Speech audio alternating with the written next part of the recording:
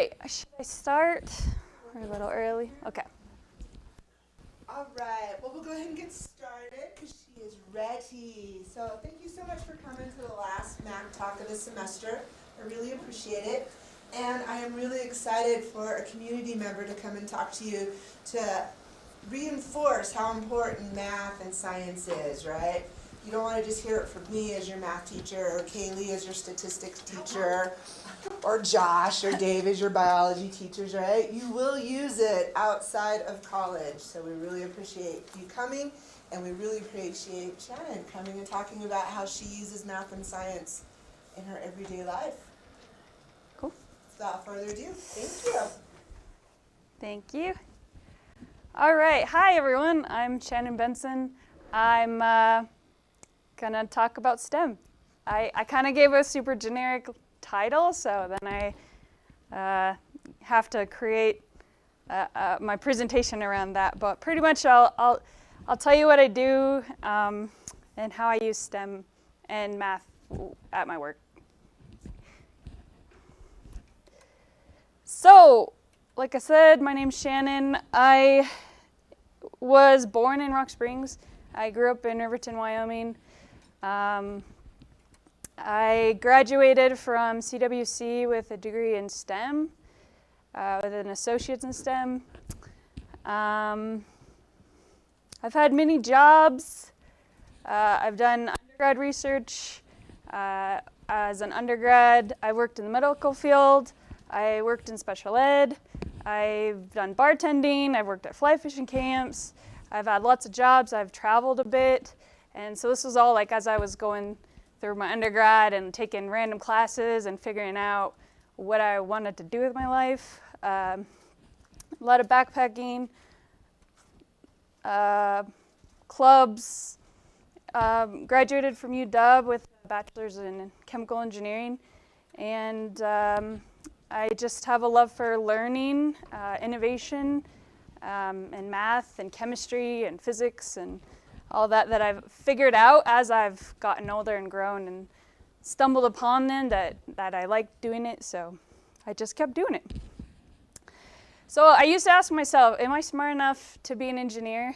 Like when I was where you guys are at, like when I was at my 2-year and I was about to graduate or going back to school or dropping out, going to work, going back to school, you know, like I used to ask myself a lot if I was smart enough to do it.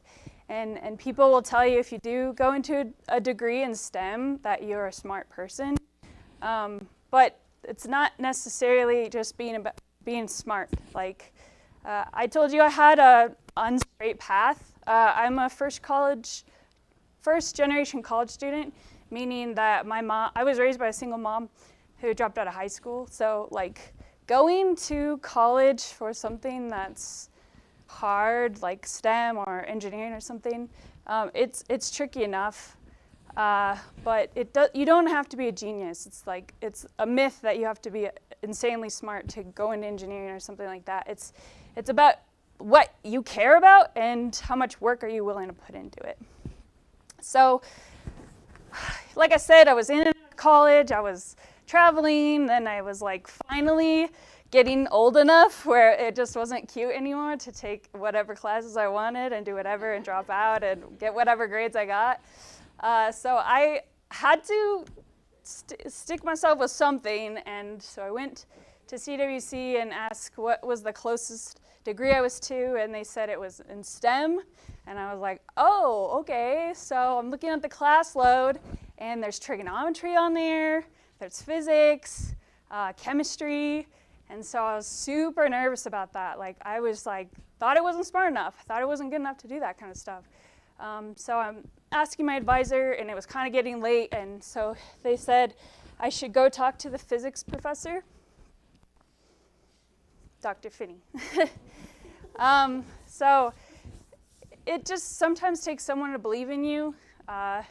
This professor at CWC, he taught physics and chemistry and like a lot of the engineering stuff.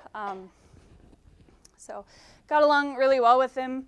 When I first met him, I was asking if I could join his physics class like a couple days late. So they were outside with their lab books, observing leaves falling from the trees. And I just thought, okay, I'm just gonna give it a shot. Like, I'm gonna do physics, I'm gonna see how I like it, I'm just go for it, sign up for it.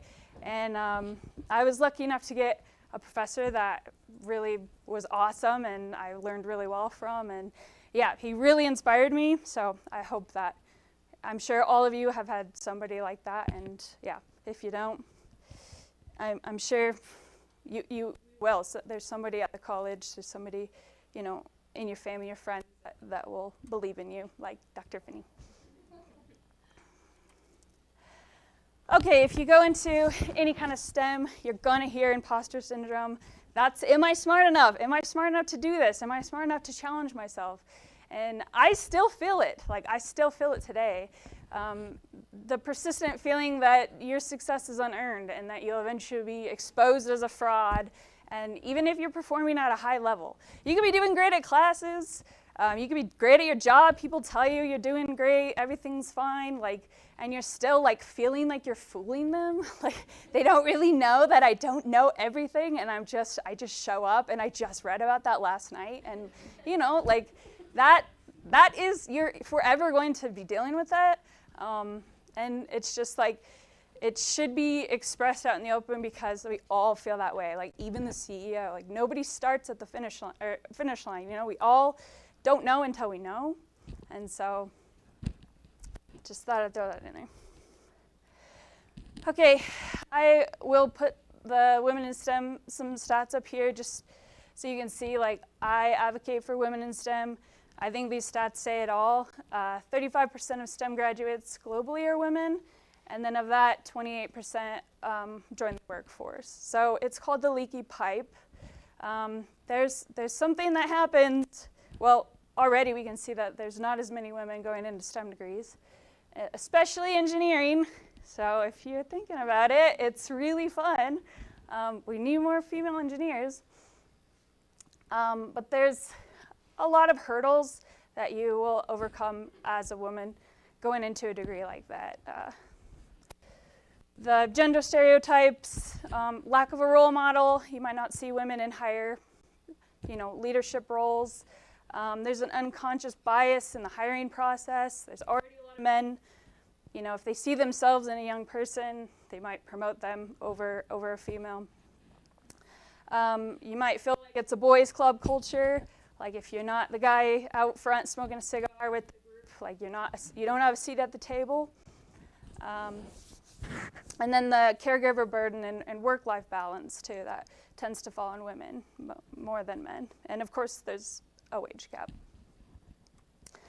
Okay, so getting a degree in STEM, if you like solving puzzles and you don't believe in the genius myth that you are born and you're incredibly smart, it's not about work ethic, you do need persistence and curiosity to find the answer to your problem. You're going to have to iterate and fail a lot to get to the answer, and troubleshoot, try X, try Y, try Z, try XX, try Y, If that doesn't bug you and you find yourself liking that kind of stuff, you might be an engineer. Working as a team, like I said, you might also feel like, well, I don't know everything. Well, of course you don't know everything. But when you're in jobs like this, like you work as a team. You come with what you know, and there's other people. Like I work with mechanical engineers, electrical engineers. I work with managers. I work with hourly guys. I work with all kinds of people that all contribute to the puzzle. And then also communication skills are a must. So I would much rather work with somebody that has great communication skills than a boy genius. Trust me, I've worked with really, really smart people, and they don't do well in projects because they can't communicate. And that is a must. You have to have the soft skills that you bring to the table. If you want to challenge, I'm constantly learning. You have to learn. Like, the world is turning. AI is coming out. There's new stuff all the time. Like, you have to learn. You have to keep on it. Are the classes hard? Yes, of course. They're really, really, really hard. They're that way on purpose, unfortunately. They throw everything at you and see what sticks. And yeah, you'll be surprised, like, when you actually are working in the field that you went in, you're like, wow, I actually remember that, even though I feel like I blacked out that entire semester. Is that worth it? Absolutely. Absolutely. Like, school's hard, but it's so worth it when you actually get, you know, into the job that you want, and you didn't let the fear of failure, like, hold you back.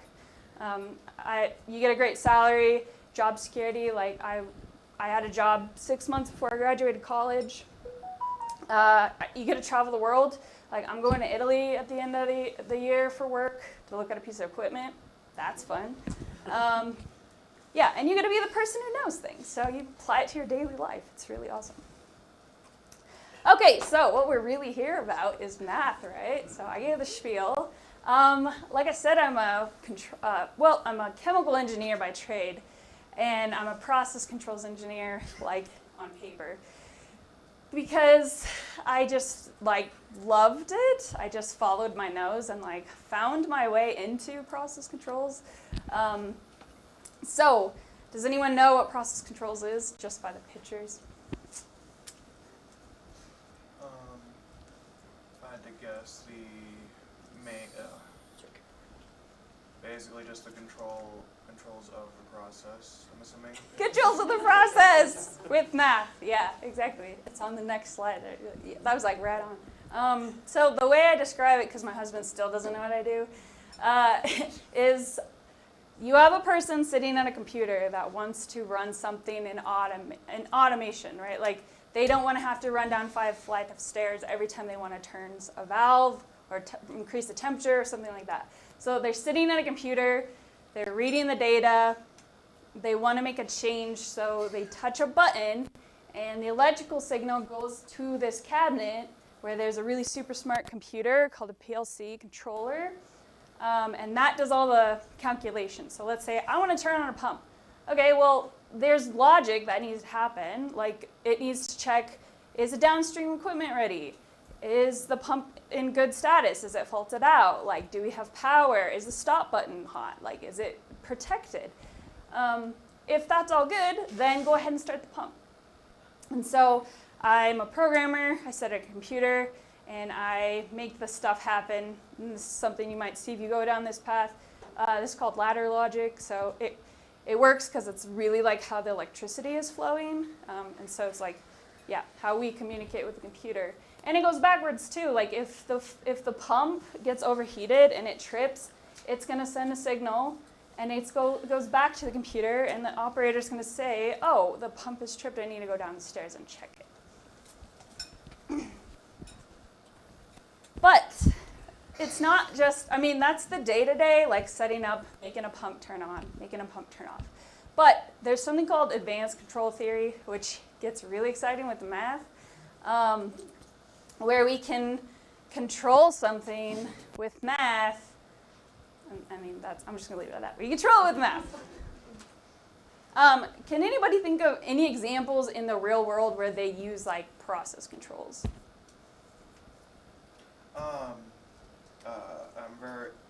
One of my friends' dad works at the water treatment plant down in, like, Dutch John over the border, and he's given me a tour of it, of the work in process. They're building a new water treatment plant, and I actually was connecting what you were showing me to one of the things he was showing me. Yeah, at the water treatment plant. Yeah, like chemical dosing, yeah, all that stuff. All that math that happens, they take samples, they type it in, the computer does the calculations. He has a process control on his iPad that he takes home with him. Yeah, that's silly. What about? He doesn't have to go all the way up there. What about that? Thermostat. A thermostat, right? Like, we set the temperature. We have a set point. We set the temperature. It gets too hot. The AC kicks on. It gets too cold. The AC kicks off, or with the heat or whatever. Your dad yells at you if you touch it? Your dad, yep. Not allowed to. It's got to be a solid 65 degrees. Waste of money! Yeah. Anything else you can think of? It's all over the place. Think of other things at your house. Your oven. Your oven, yep. Cruise control. Your sprinkler system. Exactly. Sprinkler system Yep. outside. Yep. So there. Your heart does it. Remote start of what? Yeah. Okay. It's definitely turning the car on. If you have the push app button, on your yeah, phone, you can turns on. program it at certain times to start. So Yeah, or like a Tesla, like dog mode. It'll keep the temperature and keep the car running at a certain whatever. One just occurred to me. The thermal throttling in a CPU. Okay, yeah, computers for sure. Yeah, so I mean it's all around us. So I'm going to throw some words at you, and let's take the example of the thermostat, and let's see how these words apply to it. So if I say set point, what is that on a thermostat? The temperature you set it at. Exactly. What about process value? Current temperature. The current temperature? Yeah, the measured temperature, like what it is currently. So the air would be difference between the set point and the current value, and the output. That would be the number of like the deviation. So it would turn on your furnace or your AC, and the output value is how much it has to bring it back up. Yeah, I mean, yeah, like how much or how long. Yeah, exactly. So like with a thermostat, yeah, the output is the electrical signal to say, turn on the AC, and the AC is going to run. Yeah, exactly. Okay, so in this example, I did bring my car, so we'll talk about that. But, you know, a self-driving car, like if I were to dumb it down to just be this simple, the set point, think of like the middle of the road. I don't want to rear off the side of the road. I want the middle of the road to be my set point. I'm going to drive straight.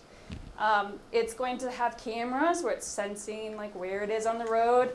If it's driving off to the left, it's going to try to get back on the road again. It's going to turn the wheel. Exactly.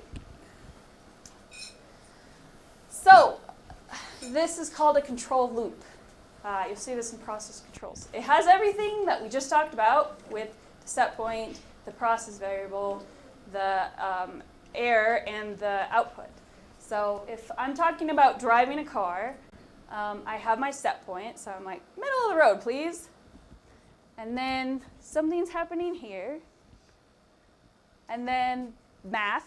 I won't scare you yet. There's math going on. Process, car drives, output, the wheel turns, it needs to go, and then it loops back. Does anybody know what this F word is? It's a feedback loop. Feedback loop, exactly. Yep. Bonus points. Remembering stuff from class. Yep. So you get feedback. Where am I on the road? Okay, it goes back, it calculates where I was versus the set point. It goes through math, boom, boom, boom. So this is happening like multiple times a second, like very, very, very fast. The car knows where it is because it knows where it isn't. Exactly, yep. Okay, the math. So we call this a PID controller, okay? So it's got 3 parts to the equation: proportional, integral, derivative, control. And we'll break it up. It doesn't have to be that scary. It does look scary when you first look at it, but don't let that scare you away. Okay, if we break it up, into 3 parts, right? We have 3 little math things that sum together to change the output. So the process is affected to change the output. The math is happening. There's the P for proportional, the I for integral, and you see the integral, and D for derivative. And then you'll notice this K on each of those as a constant. It's like the constant of how much is this going to happen? Like how big is this part of the equation going to affect what I'm controlling? And what I do is like, I use a computer, so I'm not doing this by hand, but I'm watching the output, and if I think it needs to be tweaked, I'm tweaking these constants, and it's called controlled tuning. So just to go over it again, P for proportion, like it's directly proportional with the error. So it's all affecting based off the error. So if I'm 3 feet to the right, I need to turn the wheel now, like turn the wheel, proportional to how far I am off air. The I for integral, has anyone taken calculus yet? Yeah. Sarah? Yeah, all right. So they'll always tell you it's the area under the curve. It's like the mitochondria is the powerhouse of the cell. Integrals are the area under the curve, and if the area under the curve is the air, it's summing the air over time. So like, let's say I'm driving this car and the alignment's off and it keeps tugging me this way, that integral part of the math is going to correct for that over time. And then the derivative part, it's saying, okay, now I've reared back to the center, I'm approaching the center of the road, then I need to slow down, I need to like start straightening the wheel out. So that's kind of like a future predictor. If it sees the rate of change is decreasing, it's going to like back off and be like, okay, I don't need to control as much. Like we're approaching the set point. Cool, so I had to learn about this, and to put it into like real life, like it really helps to like build something. So I built a car for the Youth in STEM conference, and so then I had the kids like make their own track, and then I put the car on it and it drove around, and then we tuned it. So I gave it really bad tuning and it would just veer off the road, and then we tuned it a little bit and it was able to, you know, keep its eye on the path. I brought the car and I brought videos, so I'll show you it working. But so yeah, I did it with an Arduino Teensy and Arduino code, and let me tell you this, I did not take circuits. Did not know what I was doing. This took a long time to figure out, but I learned so much, and it was just fun to do, like in my free time, pretty much. The best way I've found to learn stuff like this is to make mistakes, look it up on the internet, continue making mistakes, continue learning. First, step out the wall, see what sticks, and then learn from those mistakes. Yep, YouTube. YouTube and GitHub is really good for code. I reached out to the engineering club because I was so nervous. I was like, the daylight's approaching. Like, I am not ready. Like, it's not driving. So, like, I reached out for help. Like, I did a lot to, like, get this working. I'm very proud of this little car. But I didn't know. I didn't know when I started, okay? Oh.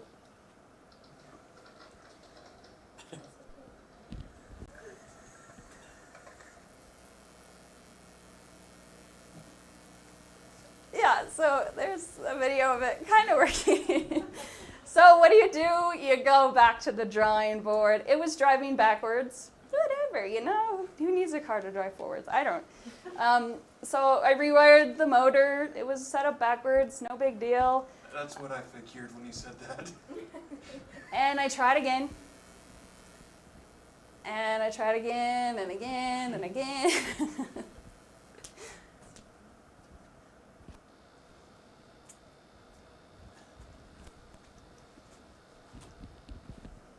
And I tried some more, and some more, and some more, and some more, and I troubleshot, and I asked, and I looked it up. I called my friend from college who's a chemical engineer, or a computer engineer.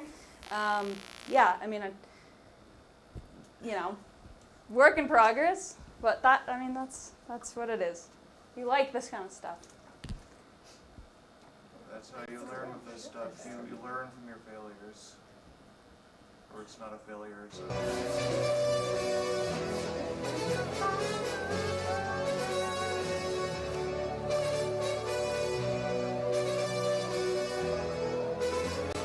Calibrating.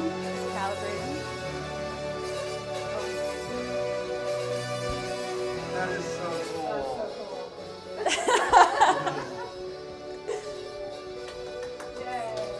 All right. Yep. You should have put like Rocky music over that. I've been watching a lot of Arrested Development, so I'm like, nah, it's rewatching. Cool. Well, thanks for having me. Any questions, guys? So was there someone behind me? It's you. Okay. So I'm currently studying software development. And I've been trying to figure out, is there any difference between software development and software engineering? Yeah, I'm sure the workload is harder for the engineering. Because I can't seem to find it, and I've heard people use them interchangeably like a lot. It's just semantics for the most part. Okay. Yeah, I'm not sure if there's a software development, because I went to UW, so that's kind of what I know. I know there's a computer engineering and computer science degrees there. Computer science is more general, and you can't really, you'd have to get into a more specific field if you want to get an actual job. So, If I were to go back, I will say I probably would have gotten another degree in computer science as well, because it's all over the place. You're not gonna anywhere you go, you're not gonna get away from it. And I like computers. I'm more on the software side of things. My personal hobbies are more at like a actual computer than actual soldering and everything. I'm more programming and more tinkering. Nice. So I went to software development. And cybersecurity too. Maybe down the Maybe. line, I don't know. Think about it. It's super popular. I would say something. I admire your accomplishments. A lot of times I think we learn things in backwards, or we think we've done something for a long time and we're ready to move on to something else, So, I worked in aviation for almost 20 years, just done everything you can think of to the aircraft, the helicopters, but I'm taking the E&I class now and I can't even wire up the test boards with all the buttons, and I can't even wire that stuff up, although I've replaced all those switches numerous of times over years and understand how they work, but just to see it all displayed out in the open, it's mind-boggling. I was looking up, there's another part of imposter syndrome where you start opening the box and you find there's way more that you didn't know, and you start getting into it and you're like, oh, I don't know anything. I've been doing this for 20 years and I don't know anything. There's so much to learn, and it can be really scary. But don't let it hold you back. Like it could be also like inspiring to be like, there's so much I don't know still. Yeah. On that topic, I'm like on my third-ish semester here. I say third-ish because I took a summer semester, and I still have that a lot. Like I try to, I would say, I wouldn't say humble, like cheer myself up. I don't know the verbiage to use there. I'm not very good with words, but I often tell myself, just be proud to know that you don't know everything. Yeah. Because there are a lot of people who think they know everything. The Dunning-Kruger effect, I think it's called. Basically, the less you know about the topic, the more confident you know about the topic. Yeah, The yeah. more you think you know about For the real. topic, the less you know. But didn't realize you know. Even Yeah. yeah, even the professors in here, raise your hand if you have imposter syndrome sometimes. Yep. Yeah, and they're supposed to know all the things. They don't know all the things, obviously. They, something new every day. And I won't say. So we need to kind of wrap up. We can probably ask some more questions afterwards, but thank you so much. That was amazing. All right, so this was our last math talk of the semester, so be on the watch out for next semester. I really appreciate you guys coming.